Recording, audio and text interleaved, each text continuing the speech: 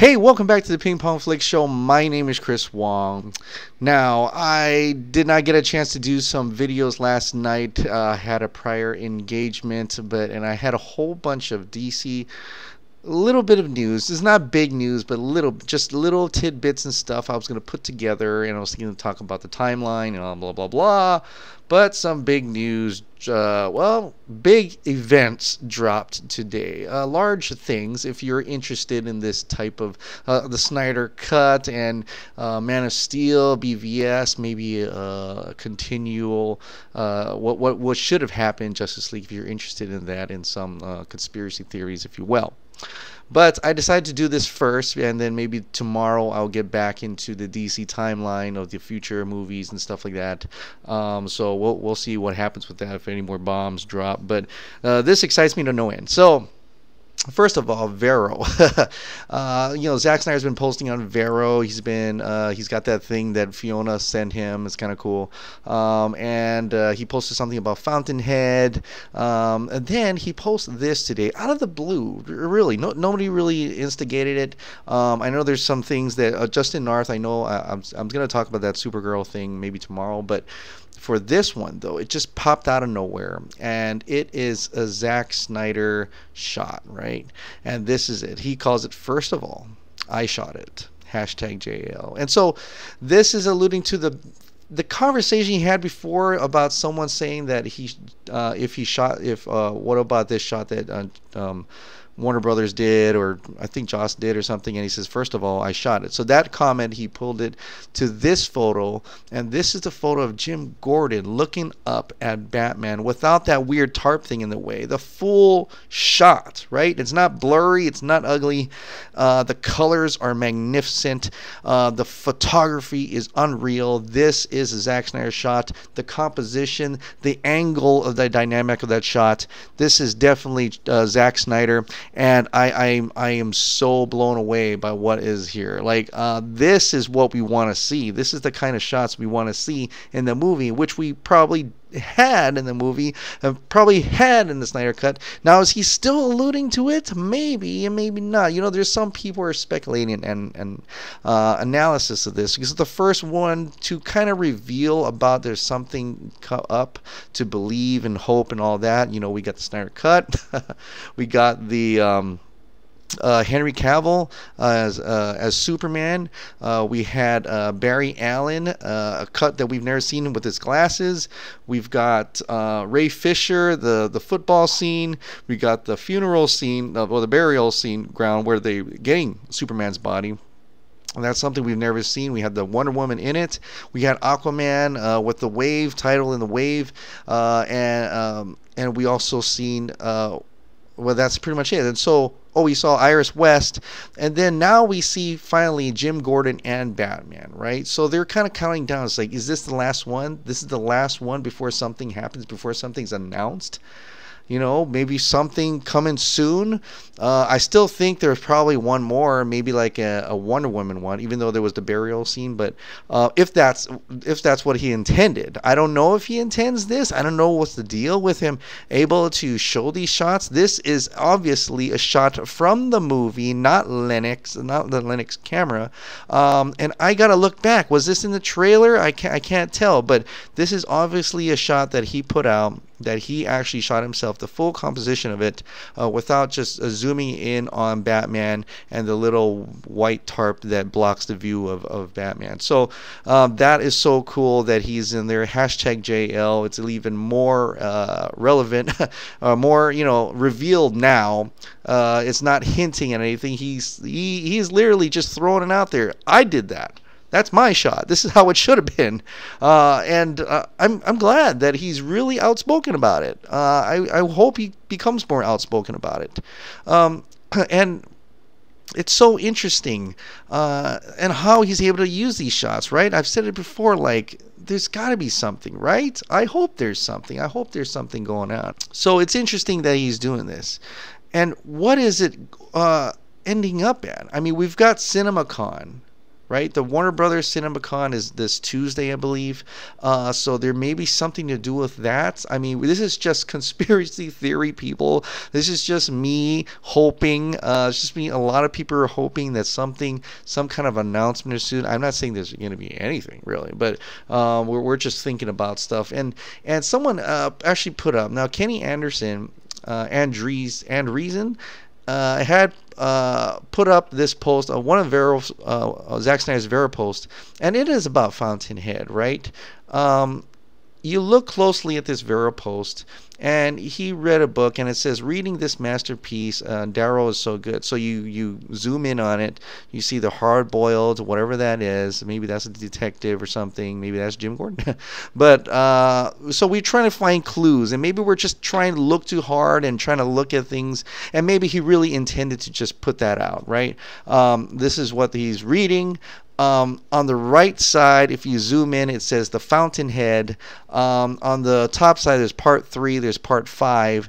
Now, Kenny Anderson kind of goes deep and says, oh, that's Superman, and that's the boom tube. I don't, it could be just a lighting glare for all we know, right? That's just all he's looking at. But, I'm looking at that, and I'm like, he's the Fountainhead. Now, there's been reports that he is going to make the Fountainhead movie, and even Fiona had said that he's getting ready to shoot. We know the last photograph is the World War II one, or the World War one, and then there's going to be another Snow, Steam, and Iron or something, and then there's going to do Fountainhead, right? So here's my weird, crazy theory, and then and I don't think about it. This is just in my own crazy, nutty head. You can put me with the conspiracy theorists, sure. I don't care. But I was just thinking, when I was looking at a picture and Kenny Anderson, I'm like, I don't really buy the whole part 5 and part 3. But the Fountainhead, what is the Fountainhead? The Fountainhead movie is about an uncompromising visionary architect struggles to maintain his integrity and individualism despite personal, professional, and economic pressures to conform to popular standards. Now, that is based on a book by Ayn Rand. I don't know if I'm pronouncing that correctly, but it's also based on there was a movie in 1949 called The Fountainhead that was based upon that. And in that, they show, this architect who's a visionary architect. He doesn't compromise, and he wants to maintain his integrity while there's this popular standards of how a building should be made, and he's not going there, right? So that sounds familiar. Where do we hear that from? Oh, that's right, Zack Snyder. He didn't want to conform to mainstream standards for his movies. He's got an art house type feel to his movies, and lots of drama in it as well. It's not just humorous and comedy and action packed all the time, but it's got some of that, but it's got some real vision appeal to it. And so he's the architect, right? And Warner Brothers is trying to take that down. They want him to make a more mainstream movie. That sounds so familiar to The Fountainhead. And it makes sense that if he's interested in making the Fountainhead movie, maybe he wants to tell his side of the story through a film medium, that same story, and that is the Fountainhead. My crazy conspiracy theory idea is that what if the Fountainhead is really, he's hinting at Fountainhead, but it's really the code name for the Justice League Snyder Cut. That's in my crazy own head, and probably I'm the only person thinking that. But I just wanted to throw that out there in my crazy conspiracy ideas. Is like, well, maybe the Fountainhead is actually, the Justice League, the Snyder Cut, right? And then it got more crazy because you see the part 3 and part 5, and someone says maybe that's referencing Justice League or something. Well, Jay Oliva mentioned something about a part 5 or a chapter 5 story in any case. So this is a huge thing came out, right? Now, this is an exchange on Twitter between Daniel Alter and Jay Oliva. Jay Oliva is a storyboard artist. He even directed a lot of animated movies. Dark Knight Returns. That was awesome. He's a storyboard artist for Batman v Superman, Man of Steel, and stuff like that, all these different movies. So there's a lot of them. There's all different types, and he's he's doing all these different animations too. So he's very involved in the production of these DC movies. Who's Daniel Alter? Well, he did some podcast things with Mr. Scoopy. Oh, El Mayimbe. And also he's a producer on the Hitman movies, right? Hitman and Hitman 47. So he's done that. But he's kind of like I don't know. I think he's just, I don't want to say he's a journalist, but he's just a person in the business who talks about it, I guess. And him and El Mayimbe are friends and stuff like that. So anyway, this is an exchange between Jay Oliva and Daniel Alter. So Daniel Alter begins with this. He said this: "If you told me 5 years ago that Man of Steel still wouldn't have a sequel, but the whole world would know who the Vision is, I might have thought you insane." Then Jay Oliva responds to that. He says, "Man of Steel was never meant to have a sequel because it was supposed to be chapter 1 of a 5-chapter story."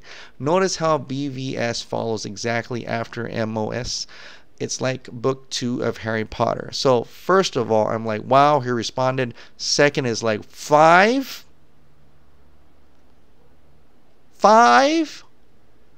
What? Like, okay, you got Man of Steel.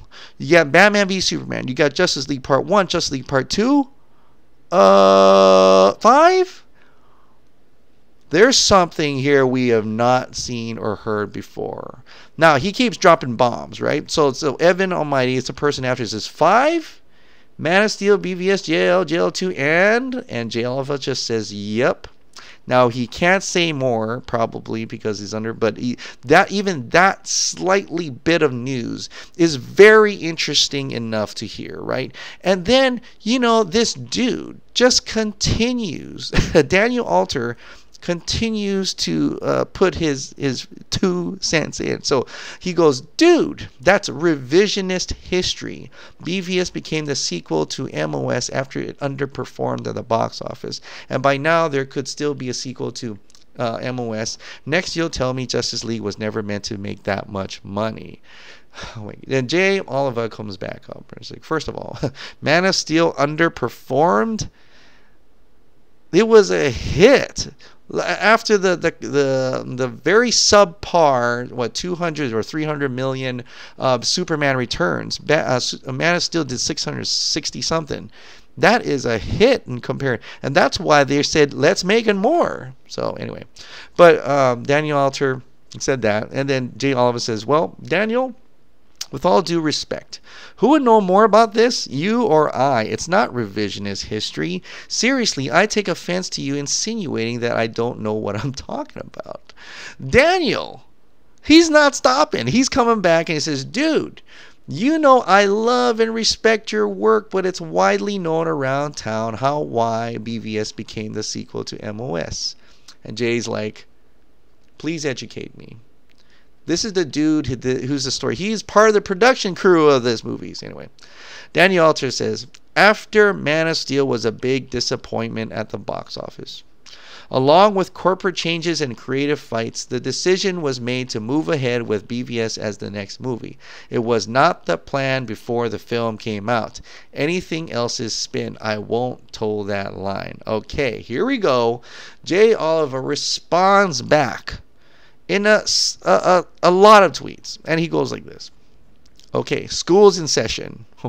Back in April 2013, before Man of Steel released in June, I was tasked with doing the Superman 75 short. I met with Zack, who was the exec producer on it, and he showed me storyboards of Batman versus Superman with Batman already in it, and it was a Batman from Dark Knight Returns. I know this is as fact because I was there, and I remember it very clearly because I was sad that I may not get the opportunity to work on a film that used Miller's Dark Knight Returns as an influence. Because, well, I kind of did a little film that did just that. So how could it be revisionist history if the plan for the following films were already planned before the release of The Man of Steel? Now, was there a plan to do a sequel when Goyer and Nolan wrote it? I don't know for sure, but you can bet your ass that prior to June, there was a plan. Later that year, Zack called me and I flew to Detroit to start work on BVS. This was on Thanksgiving, and Detroit was cold as heck because of the polar vortex. So you can believe what you heard or from someone who was there. Revisionist history, yeah, sure, whatevs. Whoa, okay, whoa. Whatever funny is the fact that you doubt this around the very exact date 5 years ago. I had already started on the short at this time because earlier I had just started Assault on Arkham, which I had to step away for 2 months to do the 75 short. So there you go. Whoa. He gave it to him, and I'm like, this is why I'm so happy that these guys are speaking up. James Wan's speaking up. Patty Jenkins has always been spoken of, but Zack Snyder doesn't really want to speak up. I understand, but he puts little bits and crews, and maybe he's a little bit more to the forefront now. But Jay Oliva dropping some major bombs. Not is he just silencing this guy, but he has some things that we weren't really aware of. So I also thought that Batman v Superman was a thing after Man of Steel, because they said, well, what happens next? Well, what happens with Bruce Wayne got the kryptonite? So in retrospect now, this is amazing that this was the plan all along, which makes Zack Snyder even more of a visionary, because he already knew where he was going to go after Man of Steel. Maybe that's why you see Bruce Wayne's satellite. Maybe the Wayne Corporation wasn't just there as an Easter egg. Maybe the Lex Luthor Corp wasn't there just as an Easter egg. Maybe all the destruction that has happened is not just for action. He had intentions for Batman to come in, to Batman to continue through this universe, to have Batman as old as he was because of the Dark Knight Returns. This is confirmation that Zack Snyder architected a finite story, a 5-part Superman story involving Batman and possibly Batman's sacrifice. Okay, this is confirmation. This is amazing. And that's why I want to go back to that Fountainhead picture and who I thought was like, Kenny, you are conspiracy. There's nothing to do with that. And you're looking at that and it says part 3, part 5. What is part 3? Justice League. What is part 5? We don't know. But that was the end of the 5th chapter of the Superman story. And my God, until it wasn't, right? Unless something happens. But that would have been amazing. We're not talking about 4 movies here. We're talking about 5 movies. What's the 5th one? Injustice? Flashpoint? What is it? But it has to deal with Batman ending his life. This is it. That was it. Because Batman's at the end of his career. He's gone through those the Robin days and everything like that. This is the Dark Knight Returns Batman. This was it for him. And this was going to be the end of the Superman story as well. That's a 5-part chapter story. Zack Snyder wasn't there to make a huge a DC extension. He wasn't there to be Kevin Feige. He produced, and he's going to produce and executive produce some things, I think. This is my own guess anyway. But he had in mind of a 5-part, 5-part story. Oh,